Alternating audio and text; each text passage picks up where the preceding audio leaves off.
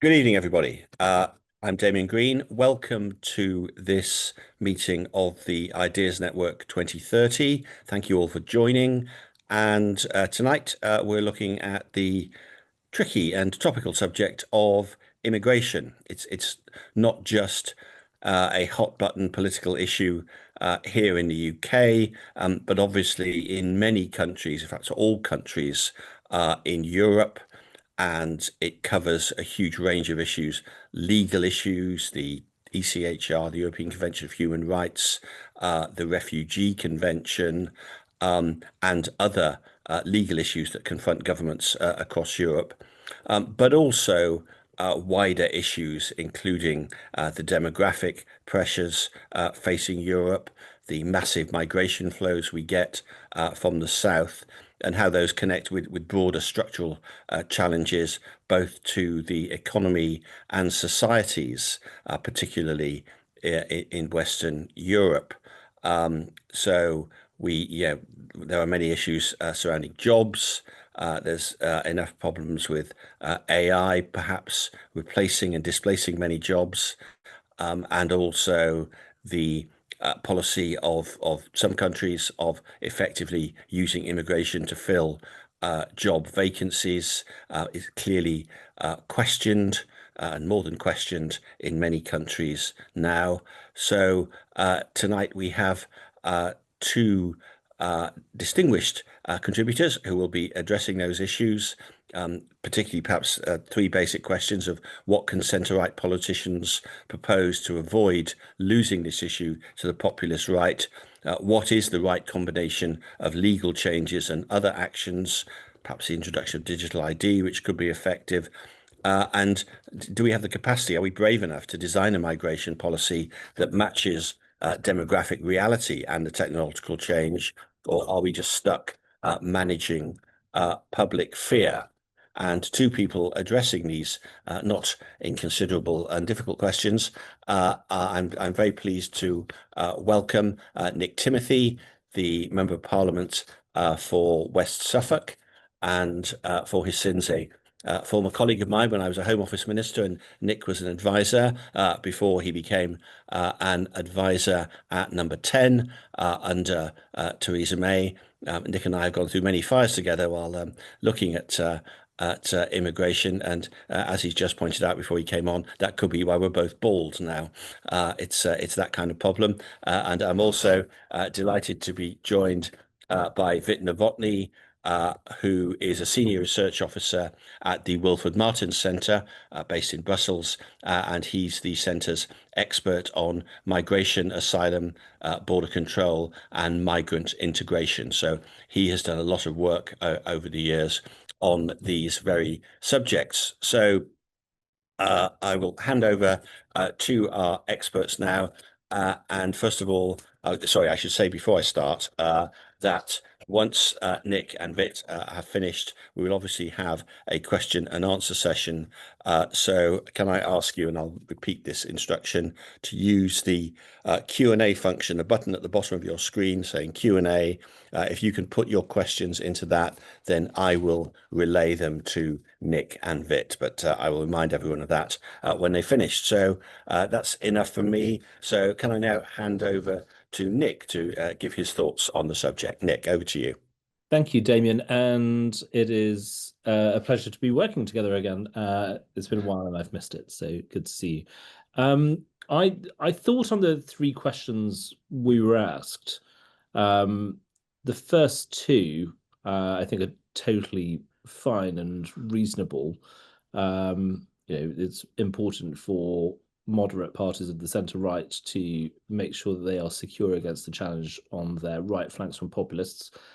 And obviously there are serious legal changes and other kind of operational and technical changes that we will need to consider if we do want to control immigration properly. I wanted to sort of challenge the third question a little bit, because I thought the implication was a little bit that that politicians are kind of stuck managing public fear and maybe responding to kind of media concerns which maybe generate public anxiety. And I think it's much deeper than that. I think the country in Britain, and I assume there's a similar story in other European countries, has been concerned about immigration for a very long time, partly because uh, nobody ever voted for immigration of this kind of scale. In fact, whenever people have been given the chance to vote um, on questions of immigration, they've tended to vote for the immigration restrictionist parties or arguments, because this was obviously a part of the Brexit referendum as well as many of our general elections.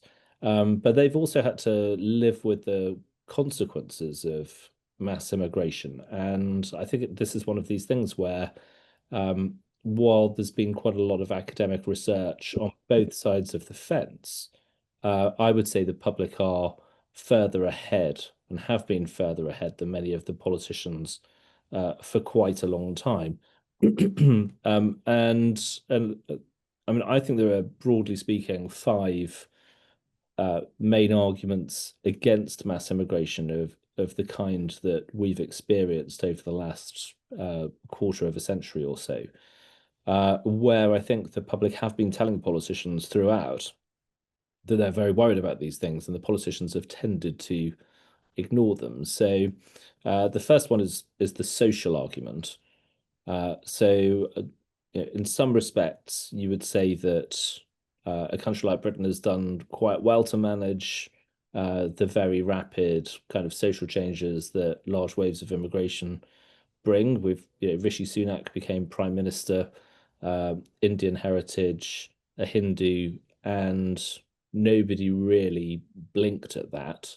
And there are examples of people at the top of politics or business which show that in lots of ways we're sort of dealing well with being a multiracial and multi-religious society. But I think you can also see that there are quite a lot of social divisions that are emerging that are connected to different kinds of cultural identities. And if you look at certainly the census data, you can see that there are towns and cities in England where there is just a clear line that you can draw down the middle of the town, and on one side you'll see a kind of white working or middle class population. On the other side, you'll see what's often a Muslim population in towns like Blackburn, Burnley, cities like Birmingham. And you can see that there's that kind of segregation. And if you look at things like school data, admissions data, you will see that actually the segregation, the self-segregation is actually even more pronounced than that. The second argument is cultural. So this is something we don't tend to talk about very much because it's quite tricky. But if you look at the research by a lot of social scientists, they will say that human beings are a kind of mixture of selfish and groupish. So we kind of compete with one another within the group, but then we come together as a group to defend our kind of interests.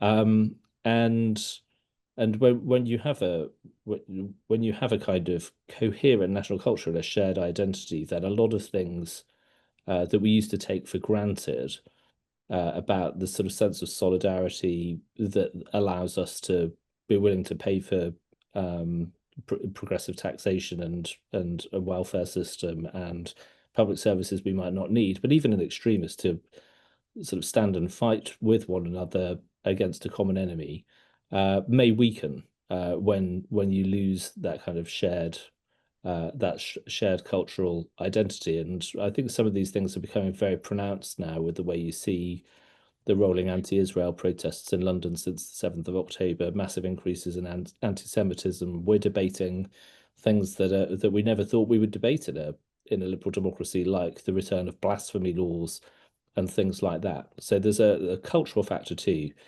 The economic argument is the one that the pro-immigration lobby normally makes.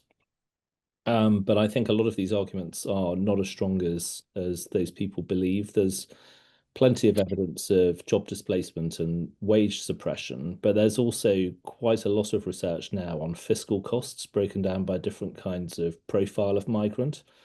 The most the most obvious examples being the Danish finance ministry that publishes data on this, I think, on an annual basis. But there have been other reports by academics and governments in different European countries, all of which show that most profiles of migrant are actually fiscally negative.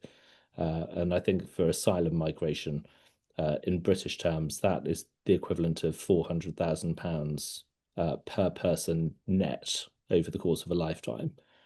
And then you've got things like investment disincentives where companies are just they're not forced by market forces, by natural pressures to invest in labor saving technologies or skills, or to pay people more if they know they have a ready-made pool of cheap labor that they can get from overseas quite easily. The fourth one is practical, so that's about infrastructure and services. Now, members of the public would have talked about this for years, sort of pressure on doctors' surgeries and things like that. And lots of the clever people said, oh no, it doesn't really work like that, because migrants contribute to taxation in just the same way. But we've actually seen quite a lot more research about the effect of immigration on the capital stock of the country in the last few years.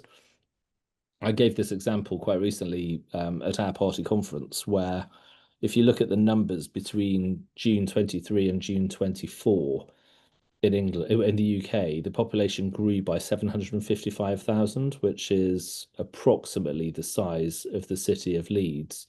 And 98% of that growth was due to immigration. Now, Leeds has 7 hospitals, 363,000 homes, and 219 primary schools. But in the time period that I just mentioned, we only managed to build, as a country, 3 hospitals, 230,000 homes, and we closed a net 33 primary schools. Obviously, that doesn't overlap exactly, because most migrants will be younger adults, but you can see with that example what we're talking about with the effect on the capital stock. And then the fifth reason is democratic, because nobody voted for this, and parties kept being elected, saying that they were going to control the numbers, that they were going to bring border security, they were going to do what the public had asked them to do, and they never did. And maybe in some cases it was because politicians were willing to will the ends but not the means. But in some cases, I think it was that they were actually prepared to just say something knowing it would help them to get elected, but had no intention of ever really delivering on it. But I just think if you take these arguments together, and if you consider things like demographics, the answer to an aging society can't be to keep importing more and more people to try to catch up. All the research shows that migrants tend to become more like the host population in terms of the size of their families and things like that quite quickly. But we're actually importing people who are fiscally negative. So if you're talking about trying to fix the demographic problem, and by that we tend to mean the kind of funding model that we have to pay for things like pensions and public services, you can't do that by people who aren't going to make a positive fiscal contribution over the course of their lifetimes. And it feels to me that, along with our massive trade deficit and our ongoing public spending deficit, it's just another way in which we are surviving today at the expense of tomorrow, and also causing quite serious social and cultural challenges as we go. So I thought I'd leave it there, but I thought I'd try to make the case in principle to start the conversation off. Brilliant. Thank you very much, Nick. That was really thought-provoking, if slightly depressing, but this is a thought-provoking, slightly depressing subject, so that's absolutely fine. Let's look at the European perspective now. So, Vit, what are your thoughts? Thanks very much, Damian. I'm very pleased to be on this session, on this event. I would like to first respond maybe to something that Nick Timothy said. A number of things that you mentioned, Mr. Timothy, are really could be replicated in the European Union. Lots of the arguments remind me of the debates in the EU. There are some differences. For example, I think in relative term to the population, the EU has been growing more slowly than the UK. For example, in 2024, the increase has been about 1 million net immigration, which is about 0.4% of the EU population. But a lot of things apply in the EU. Probably also the argument about the cost of immigration. I don't have an exact calculation because everything is much more difficult in the EU. It's 27 member states, but a lot of immigrants probably do represent a cost to the public purse. By the way, the Martin Center did a study last year on the immigration flows to the EU over the past 10 years. It was 2013 to 22. And it came out that 75% of total immigration flows over those 10 years arrived on the basis of entitlement. So either asylum or family reunification or marriage migration, and also temporary protection for Ukrainians, which is where the EU left its eastern border open in 2022, and 5 million people arrived. And arguably that, with the Ukrainians, probably a different case. In many countries, they do represent a fiscal contribution, but that's probably slightly different from some of the other groups. I'd like to say that basically the arguments are also slightly different in the European Union. There is less focus here on illegal immigration, although it constitutes maybe 90-95% of total flows every year. There's a lot of focus on illegal immigration here. And this is what our voters are very sensitive about, I would say. Maybe perhaps to answer some of the questions, Damian, that you asked me in advance. So what can the center-right do so it doesn't just chase the far right? Of course, this is the most difficult question. But I think sometimes we should remember that the political demagogues on the right, well, as well as on the left, sometimes they signal problems in society that the mainstream has not picked up on. So I think there's a case for the mainstream and for the center right in particular, not to just dismiss the people on the fringes as loonies, but actually take seriously what they say, and at least in terms of diagnosing the problem, perhaps learn from them. Typically not in what they propose, because the solutions tend to be very simplistic, not doable, not realistic, in our democracies, but in terms of diagnosis. And I'd like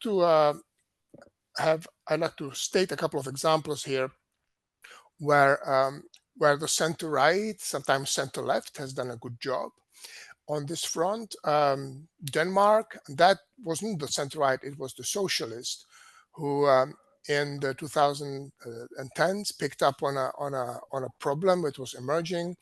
A populist party was exploiting the immigration crisis at the time, and both center-right and then subsequently center-left were able to create a national consensus based on societal cohesion to restrict immigration.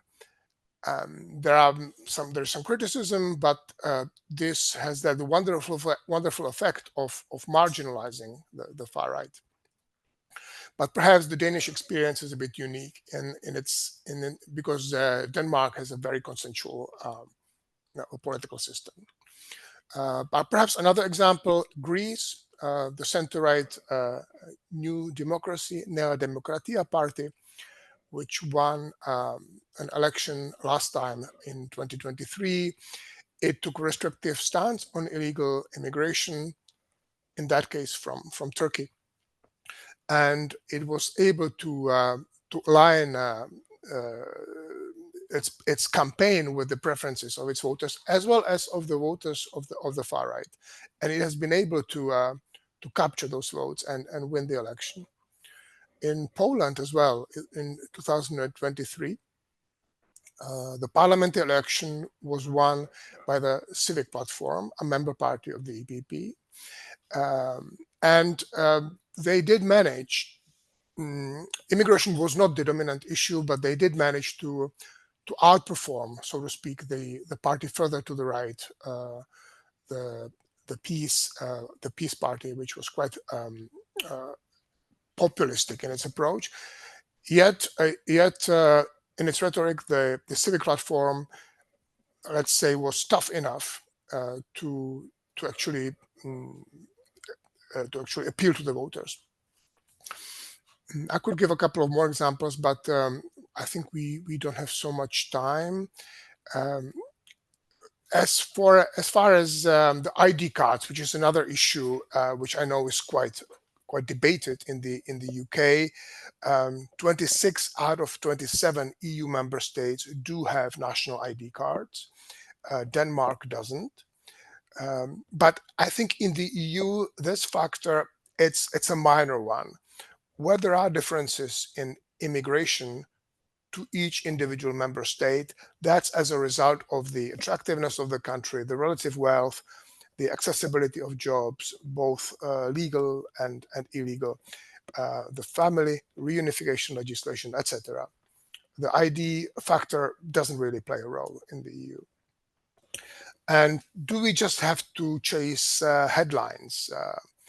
The mainstream parties, do they have to chase headlines instead of creating, let's say, durable, sustainable immigration policy? Yes and no. I would say headlines do matter. They matter a lot. But the challenge here is to do all those things, to design a sustainable policy and manage public fear and create the right narrative. Very tough to do, of course. And you can never be completely open in your political communication. That's a political suicide. But overall, I would say very important for the center-right not to exclude itself from burning debates on burning societal issues, because that only allows the political extremes to identify changes in public sentiment and then be the first to frame them. Once that's done, it's very hard to reverse, we find in the European Union. So how to do that? Perhaps, and that's a long-term exercise, long-term endeavor, the center-right really needs to reflect better what happens with immigration. So distinguish between legal flows and illegal flows. Distinguish between the different kinds of legal flows into the country, and try to acquaint the voters with what's happening. Bring the discourse closer to reality. And I think with a bit of nuance, the mainstream, the center-right, can develop credibility over time that then it can use in campaigning. But if it only responds to the latest provocation of the far right, I think it's too late. And I will finish there. Okay, thank you very much, Vit. That was all interesting. I particularly enjoy a fact I didn't know before, which is that of all the countries that all countries have to deal with this issue, one of the ones that's dealt with it most effectively is Denmark, and Denmark is the only EU country that doesn't have a national ID card system. I think that is a telling fact in the current British political debate about ID cards. And let me take this opportunity again to remind people, can you use the Q&A button and put your questions in there, and I will then relay them to our panelists. So please do that now. But I want to start by picking up one of the points Vit made, which was of course that we should distinguish between legal and illegal immigration. And in a sense, to turn to Nick, in Britain, that has, it's actually the small boats, it's the illegal immigration that has become the touchstone, the sort of hottest issue, and to some extent, this government and the previous government has attempted to get more of a grip on legal migration. I expect we'll see that bigger number that you quoted fall this year and next year, that the overall net migration figure will come down, but actually that will have not much political impact as long as the boats keep coming across the channel. And again, governments of both major parties, or what used to be the major parties, have been grappling with that for the last 3 or 4 years, pretty unsuccessfully. Do you see what the solution is? And from your time in the Home Office that the practicalities of actually trying to toughen up on things. Where do you see us going, or where should we be going on the small boats issue? Yeah, thank you. I mean, obviously, illegal and legal migration are different things and should be treated differently by policymakers. I mean, obviously, in the ideal world, the objective would be to achieve zero illegal immigration, and your legal immigration system would be selective. And in my view, the numbers would still be modest, but you would be able to determine reasonably clearly who it is you want to come to your country, and who should be free to settle. My sense is that the public is very concerned about illegal immigration because the channel crossings are so tangible. They're very visible. They're frequently on broadcast news. The government publishes weekly statistics with how many people have crossed the channel in the past 7 days. So people are very aware of it, but they're also very aware of the change in the places they live, which is actually mostly driven by legal migration. And sometimes this will be about the cities where actually they've been subject to waves of migration on and off over 3/4 of a century. But actually, increasingly, you see the consequences of immigration in parts of the country that were previously unaffected. So my constituency, West Suffolk, is a semi-rural place. There's several towns in the constituency, but it was pretty untouched by immigration through time, really. But you do now see changes in the two biggest towns in the constituency, and that, I think, is a shock to people, and that will be happening elsewhere. So I think we do talk about the channel crossings like they are the main or the only way in which this is tangible for people, but I think it is actually both. On illegal immigration, because that's what you specifically asked me about, I think, Damian. That I think, as far as I can tell, the only ways in which countries have dealt with this kind of problem successfully have been quite uncompromising policy approaches. The Australians, by using turnbacks, which we would be able to do in the Channel because it's a different kind of maritime context. And in terms of how they used Nauru to send anybody who entered the country illegally to have their asylum claims heard there. But it wasn't just that they were that they were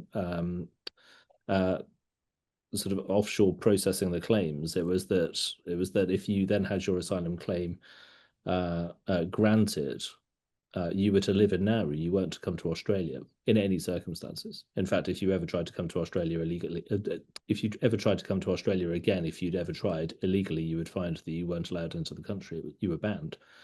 And I think the Americans have also, they seem to have had some success by being very, very tough since the second election of Trump. And I think we have to learn from these things. I mean, when you and I worked in the Home Office many years ago, Damian, the European Union was able to rely to some degree on the Libyan state because it was the kind of forward border of Europe. Well, the Libyan state is no more, and we're seeing the consequence of that. So if you're not able to use what you might call a barrier method, you have to be able to come up with alternatives which may be informed by the places that have succeeded, and I think having a much tougher approach to the security of the border and making sure that people understand that they will not be allowed to stay in Britain, or if any other European country wanted to do this, that if you come into the country illegally, you will never ever be allowed to stay or even return, but you will have you will be deported either to your home country because it's deemed safe, or to a third country where you will have your asylum claim heard. That will stem the numbers, and only by stemming the numbers will you get confidence back in the system. Thanks. Vit, obviously, it's a different position in Europe. I think a lot of the frustration in Britain is that we recognise we're an island, and yet we don't seem to be able to control the border. Obviously, people with land borders, some of them land borders on the edge of war zones, will find it more difficult. Is there the same emotion across other European countries as there is in Britain? And are any countries perceived to have been successful? You talk about Greece, for example. Yeah, I think the emotions really differ between countries of the European Union. It's a huge bloc, 450 million people, composed of very different units with different histories, different national narratives, etc. So it's difficult to generalize. I would say, but I would say the basic issue of immigration seeming out of control is there across the EU. It applies. The the fact that the external border cannot be fully controlled, it's a constant source of friction. I like to remind that the EU and led by the European Commission over the past 10 years has concluded a series of agreements and arrangements, starting with Turkey in the southeast, then going through the south, even to the southwest, with countries such as Mauritania, to limit irregular departures and to intercept migrants. These are not perfect arrangements, but they do work. And just an example, there was a peak of arrivals from Tunisia in 2023. The European Commission intervened, concluded an agreement with the Tunisian dictator. We have to say that, and the numbers have gone down dramatically. So in 2025, I have the figures here. Between January and August, Frontex reported 36, almost 37,000 arrivals through the Central Mediterranean route, which may seem a lot, but it's not much compared to some of the previous years. By the way, this was when we're looking at this year, the largest number of illegal migrant traffic is not towards the European Union, but from the EU perspective, those are exits between France and the UK, 42,000. So this is the most frequented illegal route right now at the EU border, which shows you two things. It shows you the EU's success in stemming the illegal immigration in the south and the southeast, and also in the east, by the way, where it's instrumentalized by Belarus and Russia, and less of a success in controlling illegal outflows via France.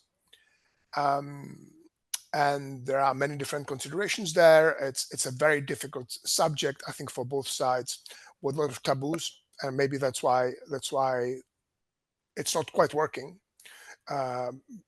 in the channel. But I would say I would say the overall dynamic is very similar in the European Union and as it is in the UK, with less focus, less obsession about net immigration figures in the European Union. That argument really does not appear for some reason.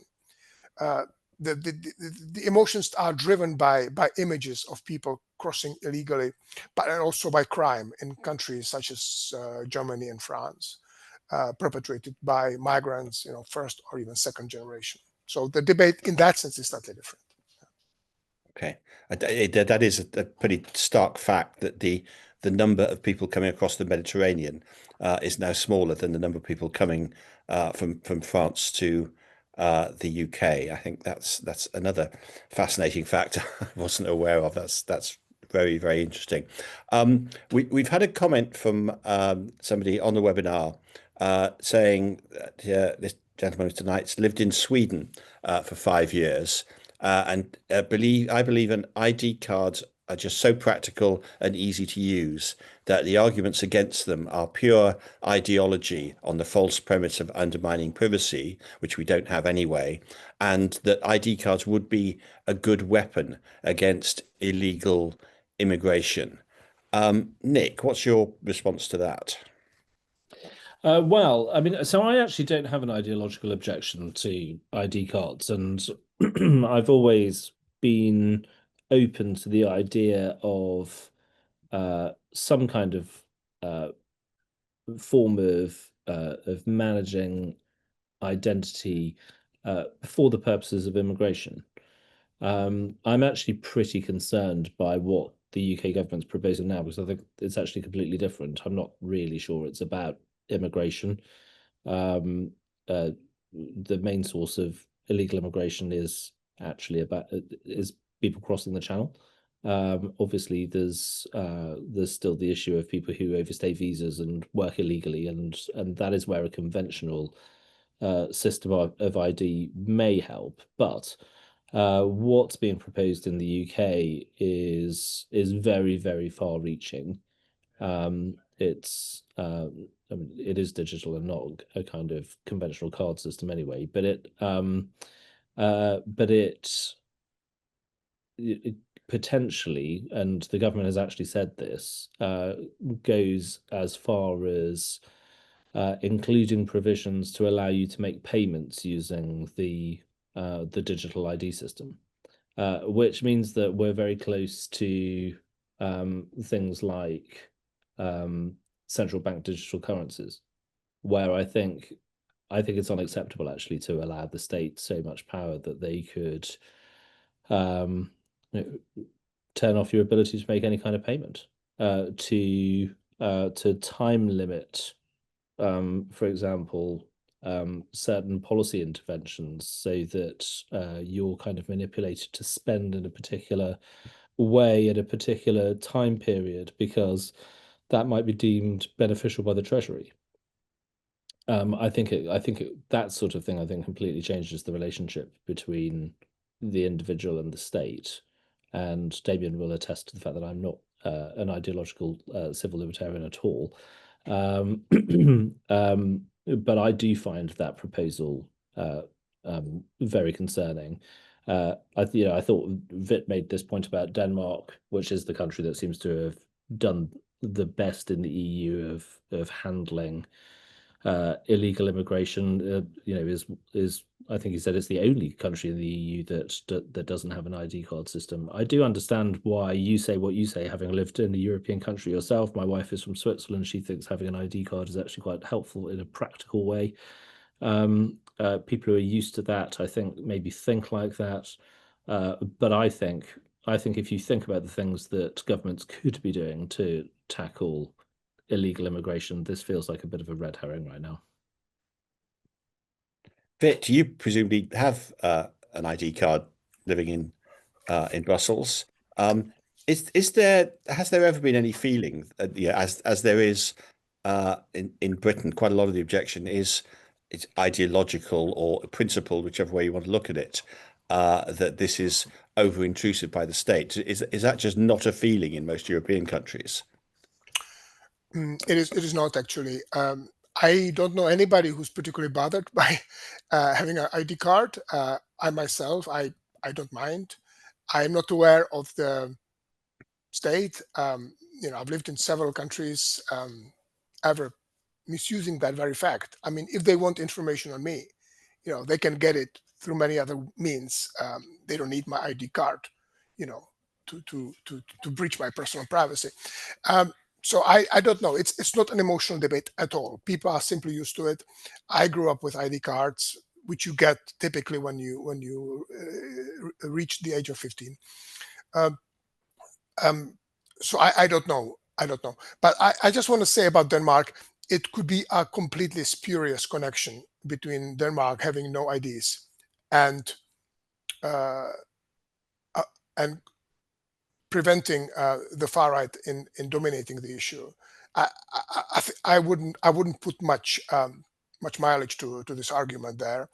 And also, I just want to point out that Denmark has a very peculiar situation. It has an opt-out from the EU immigration policy, which it negotiated when it joined, and it allows it to use only those policies that it likes. So Danish politicians do not have to justify themselves when they return from Brussels and explain what the council just decided. They do not have to do that. Second, Denmark is very comfortably situated in terms of its geography. It's hidden behind Germany, which absorbs a lot of immigration flows. And it has a peculiar history too, in terms of how it handles all sorts of political debates. So yes, I think we can look at it as a success story, but we have to keep in mind the numerous qualifications that surround Denmark. And unfortunately, it is difficult to give another positive example of how to handle immigration, apart from the ones that I mentioned. Just because the debate is so varied and the geographical and historical circumstances are so different for different EU countries. Okay, thanks. Just the use of the word opt-out brings PTSD to those of us who were ministers in the UK government when when we were part of the EU and all the arguments about that.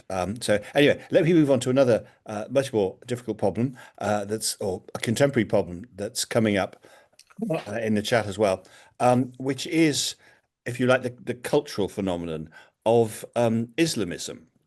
We tend to pussyfoot around the issue when we talk about cultural coherence and minority communities, but in practice, what it means in the UK, and as far as I can observe in other European countries as well, is a growing population of people who reject the norms of Western democracy, including the capacity to tolerate people with different value systems than your own, and have a sort of proselytizing air of, we want to change the particular country or the particular community in ways that radically challenge the norms of Western democracy. And on social media and things like that, you would think that the whole of Britain is about to be engulfed by this, and one can be skeptical about that, but still reasonably worried about it. So Nick, where do you stand on that? But this is actually one of the things I've campaigned on quite a lot since I was elected last year. And I gave a speech to Policy Exchange last Monday about Islam and free speech in Britain. So this year we've had 2 people arrested, charged, and prosecuted for offending Muslims by burning copies of the Quran and shouting things that are undoubtedly offensive. And it's obviously not very nice, but I'm not sure it's illegal. In one of the cases, the man who was found guilty, it's actually quite extraordinary. The Crown Prosecution Service at the start, when they issued the charge, actually wrote into the charge sheet that he was to be charged under the Public Order Act 1986 for causing offence to, and this is a quote, the religious institution of Islam, which, I mean, that is a dictionary definition of blasphemy. But I mean, it has no credibility in our legal system at all. They caused an outcry. The CPS had to change the charge sheet. But the man was found guilty, and when he was protesting outside the Turkish consulate in London, and as he was doing it, he was actually attacked by two Muslims who were passing by, one of whom had a knife, and it was very violent. I've seen the video. And the judge said that that the protester Hamid Choskan, it was the fact that he was assaulted was evidence of his guilt, because it was proof that his behavior was disorderly, which is obviously nuts. And he ended up winning his appeal, and the judge in the appeal hearing made clear that we don't have blasphemy laws, and if free speech means anything, it means the right to offend people. But we also have a government that's trying to come up with an official definition of what they call Islamophobia, which again I think is completely crazy, because it confuses the protection of people from harm and discrimination with the protection of ideas from scrutiny and criticism and mockery and all the things that you're entitled to do in a free society. And I think this stuff is really, really important, because it all stems from fear, right? I mean, the authorities are afraid of losing control of the streets. People are afraid of violent reactions to things that people find offensive. So it all stems from fear. But if we're not able, and you can sort of say, well, this isn't what it is to live in a free society, and that sounds kind of esoteric, and people don't necessarily, I think, care about sort of highfalutin principle in that kind of way. But Islamism is not Islam, but it is of Islam. And Islamists certainly believe that they're doing the things they do in the name of Islam. And if we're not free to debate the ideas that drive people to do these things, then we're going to find ourselves a lot less secure. So, for example, in Islam, you obviously have the Quran, but the Sunnah is the body of Islamic laws, and that contains the hadiths, which are the sayings, supposed sayings of Muhammad, which are actually written hundreds of years later and are quite often done for political purposes of the ruling caliph or whatever at the time. And there is one hadith, to take just one example, which says that Judgment Day will not come until Muslims are prepared to kill the Jews, and there will be trees and rocks behind which Jews are hiding, and the trees and the rocks will tell Muslims, there's a Jew hiding behind me, come and kill him. And lots of Islamic scholars say that that's inauthentic. But that hadith is used to justify anti-Semitic violence by hate preachers and by others. And we have to be able to talk about these things, not least because it will help the moderates and the more sort of secular Muslims in our country to take on the extremists. Because the more we drive this underground, the more the extremists will get their way. So this I think is, there's plenty of massive changes and challenges in our politics and in our democracy, rise of China, the fate of our economies with deindustrialization and things like that. But I don't think there's anything that's as important as this. Yeah, thank you. I would observe as I think, very likely fact that almost no British politician 25 years ago would have known anything about the hadiths and the Sunnah. They would have heard of the Quran, but nothing else. And now, one way or another, society has changed enough that one has to have a degree of expertise that simply wouldn't have been there 25 years ago. I mean, I've seen similar hot debates in Germany, but is it true in other European countries that this sort of debate's going on? Yes, absolutely. In some more than others, Damian, but Germany, France, Belgium, Sweden also are those countries where this is debated very hotly. I guess you follow the situation in France a little bit. There's a low-level terrorist attack, a lone wolf, a knife attack.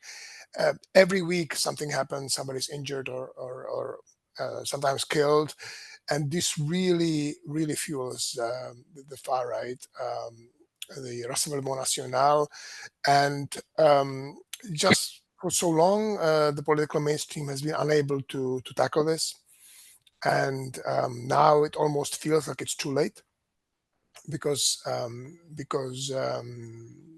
far right is just riding the wave of a popular protest. So this kind of debate of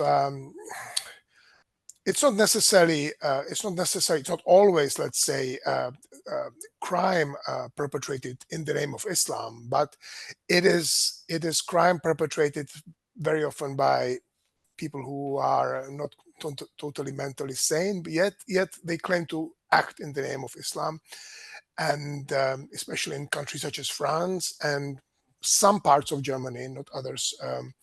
Things got out of hand. I would say in Germany there is now an effort to tackle this. The new government is taking this very seriously. The government led by the CDU and Friedrich Merz. They try to get their secret services on the matter, and they've changed their rhetoric as well, breaking some of the taboos which made it impossible previously to discuss these things. In France, the whole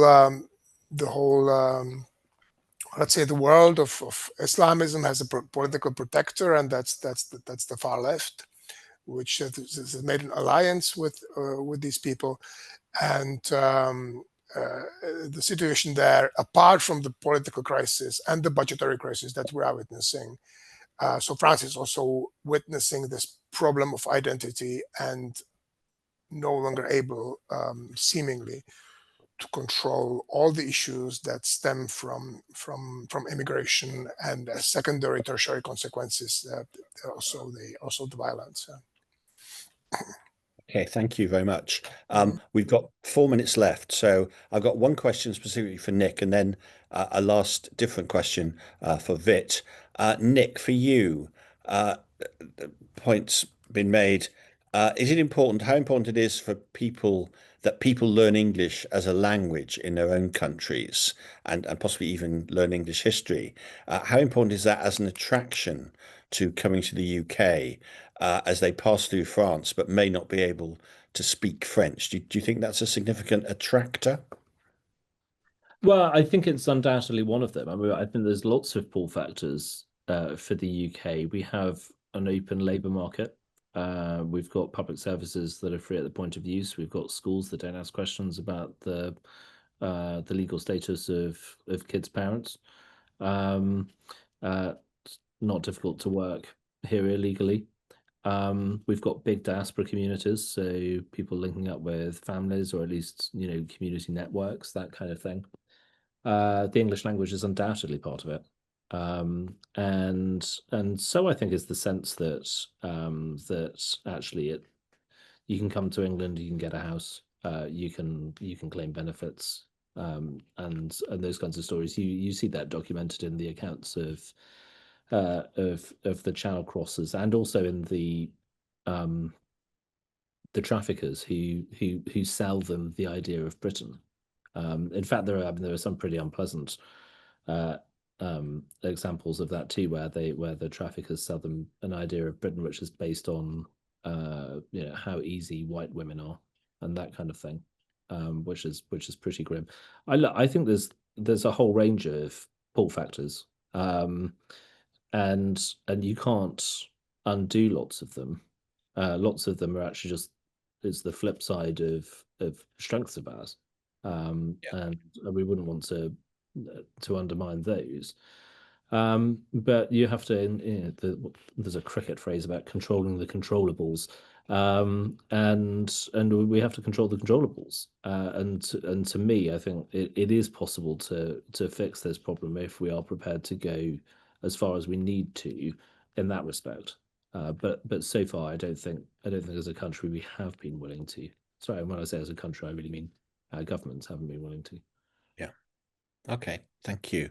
And a final question, since we're hitting 7 o'clock nearly, for Vit. One of the things that quite dominates debate here is the ECHR, the Refugee Convention, whether they have had their day. Give us a European perspective on that. Is that a widespread debate across the continent as well? The debate exists. It is much less prominent in the public sphere than it is in the UK. Nevertheless, some governments are raising the issue. No country wants to leave, no EU country wants to leave the convention, but there are, let's say, efforts to make sure that our judges, especially in Strasbourg, do not overly generously interpret the convention. That's the main thrust of the efforts now. Okay, so reform rather than leaving. Yeah. Yeah. Okay. Well, thank you. We've now hit 7 o'clock. So can I say thank you again to Nick and to Vit. This has been a very, very thought-provoking session on an issue which is as important as any other issue facing many of the countries of Europe, obviously including the UK. So I'm sure the Ideas Network will want to return to it in the coming months and years. But thank you all for joining us this evening, and thanks in particular to our two speakers, and good evening to them. Thank you very much.